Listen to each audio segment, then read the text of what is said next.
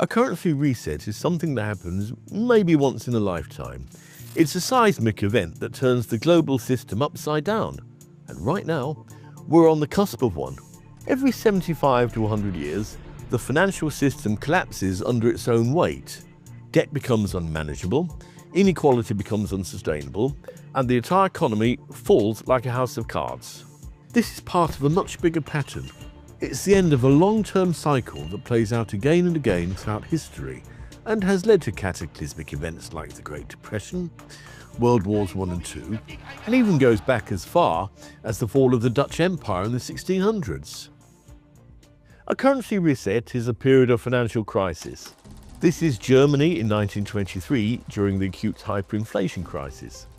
People carrying wages in wheelbarrows, children playing with piles of useless bills, people burning cash for warmth because it was cheaper than coal or firewood. Unsurprisingly, financial crisis almost always leads to civil unrest and international conflict as well. But not everyone suffers during a currency reset. If you look at some of the wealthiest family dynasties in Europe and North America, they were able to preserve their fortunes through economic crisis. Often, their fortunes increased. How?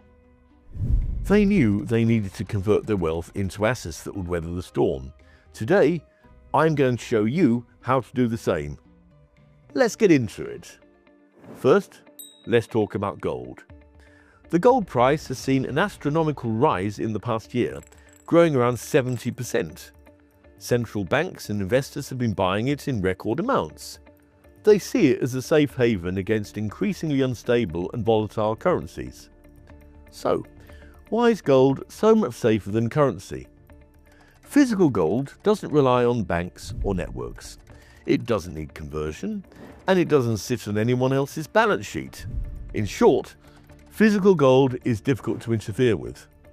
Banks are constantly interfering with currencies, whether that's through increasing or decreasing interest rates, or printing massive amounts of it as a short-term fix for domestic problems.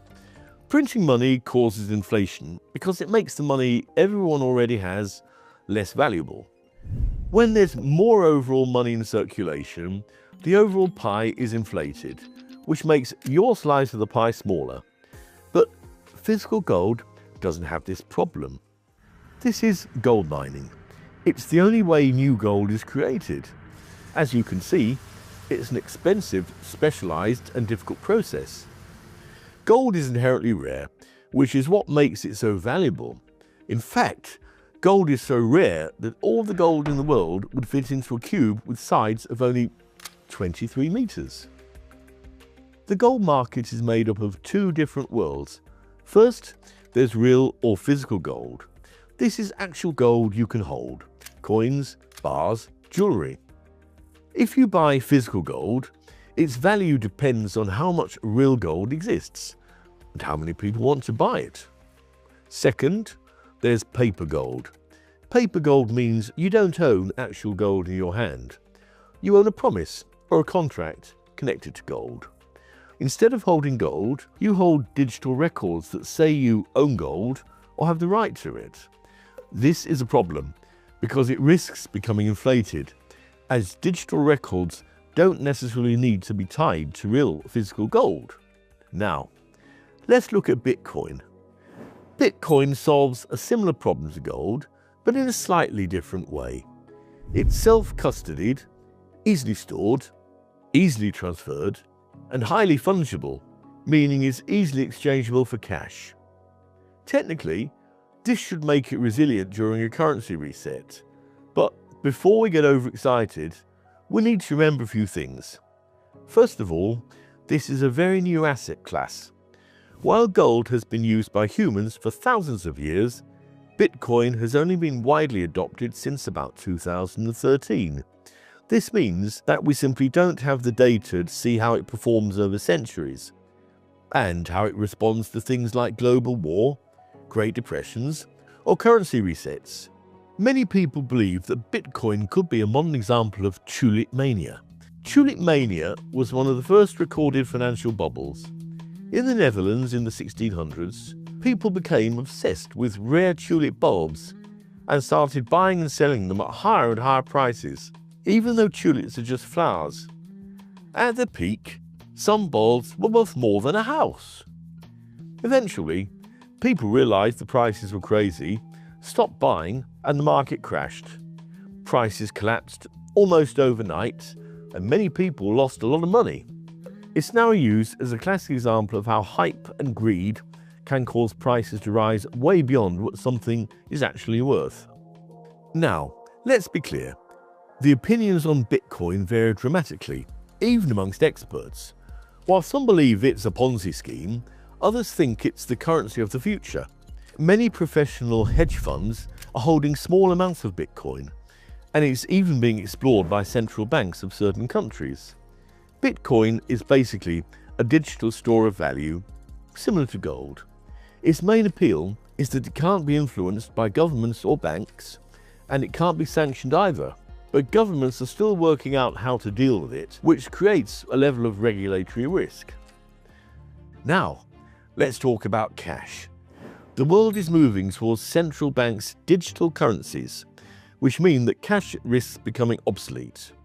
A central bank digital currency, CBDC, is basically digital cash created and backed by a country's central bank. Even though most money today feels digital, that money is still stored and managed by commercial banks. A CBDC would be official government-issued money that exists only in digital form. When CBDCs are introduced, cash will become irrelevant. Therefore, it is not resilient to the future currency reset. Now, real estate sits somewhere in between. Property can't be moved around, and it's easy to tax. It has obvious utility because it's used to live or work in. Due to being immovable and taxable, it does exist within the financial system, unlike gold and Bitcoin, but it will always retain its intrinsic value as a shelter. The more rural and self-sufficient the property is, the more resilient it becomes. This is because rural properties tend to be more safeguarded against uncertainty or civil volatility, such as rioting, pollution, or increase of crime. How about stocks and shares? Well, they sit fully inside the system because they're priced in legacy currency.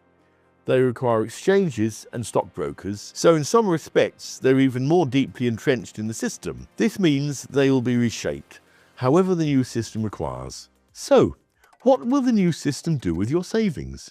Your pensions, your investment accounts, or your large bank balances, if you have them? We need to think about universal basic income. UBI is the idea that the government will give every adult a set amount of money on a regular basis, no matter how rich or poor they are. Many argue that universal basic income may become necessary in the future because automation and AI are expected to replace many traditional jobs, making stable, full-time work harder to find for a lot of people.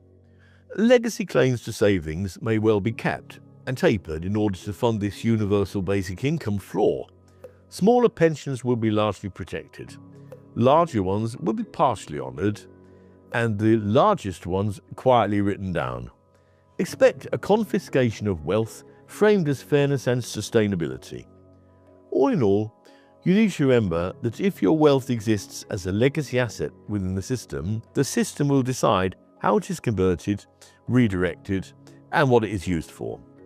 Assets that don't need conversion, like gold and Bitcoin, will not face these pressures. For people with no capital, the reset will feel like a good thing. For people with savings, it will feel like seizure of assets. That is why we're seeing people rebalance their assets now, while they still have agency to do so.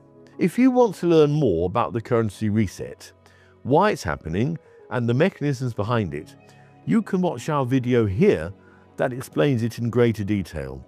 And let me know in the comments below if you have any questions or thoughts, and I'll get back to you.